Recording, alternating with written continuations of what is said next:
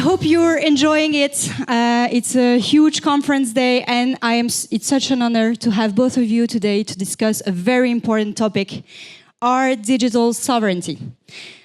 So, as we are all witnessing, AI is helping us to create economic growth for our countries, but it also comes with some challenges about data privacy, about security, some geopolitical power dynamics too. So we are going to discuss how the different countries and nations can benefit both from the AI creation value and by keeping the protection of its national interest and autonomy. My first question is for you, Paul. You're actively involved in legislative efforts to navigate between the complexity of AI and the sovereignty, but could you first define sovereignty? What is AI sovereignty and digital sovereignty? Yes, thank you very much for the question. Thank you very much for the invitation. Very happy to be with you today. Good question. Let's begin with that. Sovereignty, it's owning your destiny. Specifically when the situation is difficult, war, pandemic, and you should be able to not needing relying on your allies or relying on other countries that are sometimes your enemies. So owning your destiny. But two comments, it doesn't mean, of course, that you need to do everything on all topics by yourself as French 100%. Makes no sense. There is no country in the world doing this. What is important is when you look at the value chain, automotive, nuclear, AI, you should be indispensable in one part, at least, of the value chain. Because if you are indispensable on one part of the value chain, when there is a crisis, when there is a war, you have a power. And if you have a power, you have a beginning of a sovereignty. So first comment. Second one is we always have question of, is this company French, European? Is it sovereign? Is it not sovereign? It's always a bit a mix. So what is important, it's always a bit a gray zone. And we need to be clear and prioritize the different factors that makes, for example, a company or an organization sovereign or not sovereign. The way I prioritize them is, first, are the founder of the company French or based in France? Are the employees, R&D employees French or based in France or in Europe? Same for the employees in general. Third criterion, is the company incorporated in France or in Europe? And fourth one, very important one, but I would put it in fourth, is where does the money come from? Where does the funds come from? Do they come from France, from Europe, or from the US or other parts of the world? And you need to prioritize this because if I jump in directly, we want to be more and more sovereign, and specifically on AI. A few years ago, a new company popped up. I don't know if you have friends from Hugging Face today in the audience. Hugging Face is French founders, French R&D employees, and I think now all the employees are French or based in France, incorporated outside of France and Europe, because if I'm not wrong, it's incorporated in Delaware, and most of the money coming from US. It's a Franco-American company. It's very important to have the founder in France and French because it drives a lot of decision for the company. So it was a first step. Second step, Mistral. Founders are French and based in France. All the employees, R&D employees, are French or based in France. The company is incorporated in France. Still, most of the money coming from outside Europe and specifically America. Hundreds of million euros, we can mention it. And we have, of course, a financing gap which is super huge, and we may be able to discuss about it. But it's progressing. Obviously, the best of the best is it's French or European on all the criterions. But we need to prioritize because sovereignty is not doing everything by ourselves on every topic. Thank you for this definition. Cédric, where do we stand in Europe? First, thank you for the invitation. As a first comment, I would say that it's fun to speak about French sovereignty in English, but it's anyway. also European sovereignty. You I have guess the both there's no sides. contradiction, but the good thing is we speak English, but we kept the French accent. Yeah. At least This kept the is French part accent. of sovereignty. I try to improve mine with ChatGPT. I need to confess.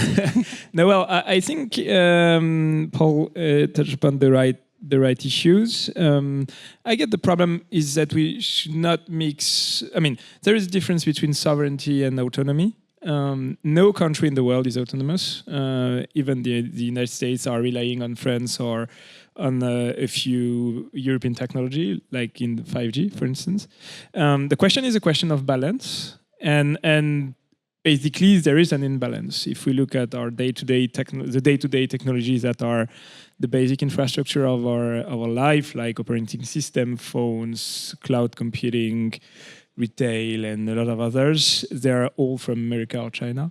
And so I get the main problem is that there is a huge difference between the size of the innovation ecosystem in Europe and in the US and in China. And not to be too long on that, I guess Paul also touched upon the right thing. Innovation for me is three things. It's the size of the market, amount of investment and talent. Talent, I guess we have them in France and in Europe. We can see that those days, and basically we actually have a lot of French talent in American companies.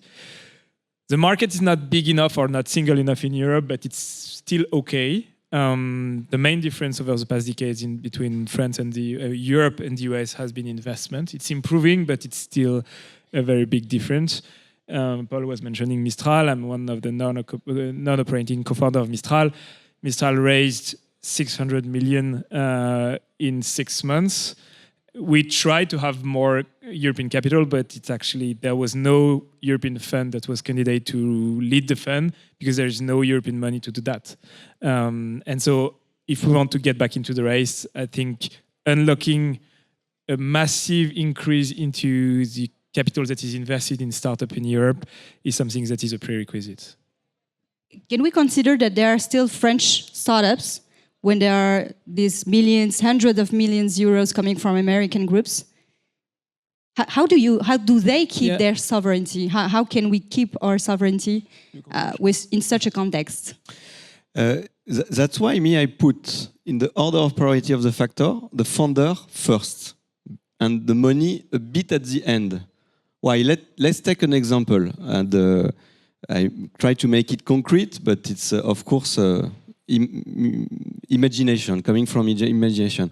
Let's imagine that we have a war with another country, let's say Russia, that tries to invade France. Let's take also the assumption that one of our historic allies, United States, they have elected Donald Trump, and he put an end to NATO alliance. And he doesn't want to be involved into this conflict. So what would be the behavior of companies such Hugging Face, Mistral, if we need their brain power for building stronger AI to control our drones, military drones, stronger ones than the AI controlling the Russian drones coming to France in a few weeks? This is a crisis moment, it's a war moment, it's where sovereignty is useful. I think, but I would be happy to ask them the question, to Julien Chaumont and Arthur Mensch, for example, if President Macron called them and said, we need your brain, you need to take your team and work on the best AI because we are under attack, but their shareholders, American, that don't want to be involved, the state of Delaware, of course, don't want to be involved and say, I don't want the company from the state of Delaware be involved, would they still work for France to protect French people from an aggression? I think yes. That's why I put the founders on the top. Same R&D employees, because would be the guys that would work to save us against such a threat. And this is one scenario, but this is how we need to think about sovereignty. Sovereignty, it has no point if everybody in the world is friends and there is no crisis and no problem. Sovereignty, it's important when you have a big problem, a war or pandemic. Yeah, I guess I would say that the nationality of capital is not insignificant, but it's not the main driver. A lot of the big French CAC 40 companies are as a majority owned by foreign capital, and we don't think they're not French. And by the way, the United States of America have built their superpower on top of foreign talent and foreign capital. There was a report by Mario Draghi 2 weeks ago that said that each year there is 300 billion of European money that is invested in the US. So I guess the main question is more on what Paul was mentioning nationally. Well, I guess I would put like the place of headquarters a little bit ahead of founders, but this is debate that we're having. But well, this is a lot of things that are triggering the fact that the company has ties with Europe and has skin in the game in Europe, I guess. And the capital is not that important. Having said that, we need more capital and more European capital in Europe for a basic reason is that if Mistral is very successful, the first that are going to take profit from that are the American pension fund today. Thank you very much. We have a few minutes left. So what are the main challenges that remain for France and for Europe? And what would be your recommendations to the ecosystem, including policymakers, to have a sustainable sovereign AI development? I think we are at a turning point. We set the objective, President Macron set the objective of France being one of the country leader on AI. But it's happening now. Either we take the train at full speed or not at full speed right now. We need to be part of the few countries that will be able to master AI and have the best AI technology as French first, but as European also, because France is a small country. The critical mass to be able to face US and China, it's the critical mass of European Union. So just to mention that to be able to be a top leader, country leader on AI, President Macron announced several stuff in 2 weeks ago, just mentioning some of them, because to be a leader, we need money, talent, data, and computing power. Talents, we have already a lot, but we want to double the amount of talents we train every year. And we put 400 million euros on 9 AI clusters to make it happen. We are good, but we need to go at full speed.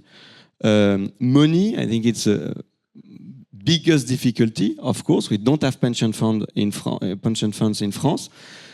So we have other mechanisms, but less strong than pension funds today.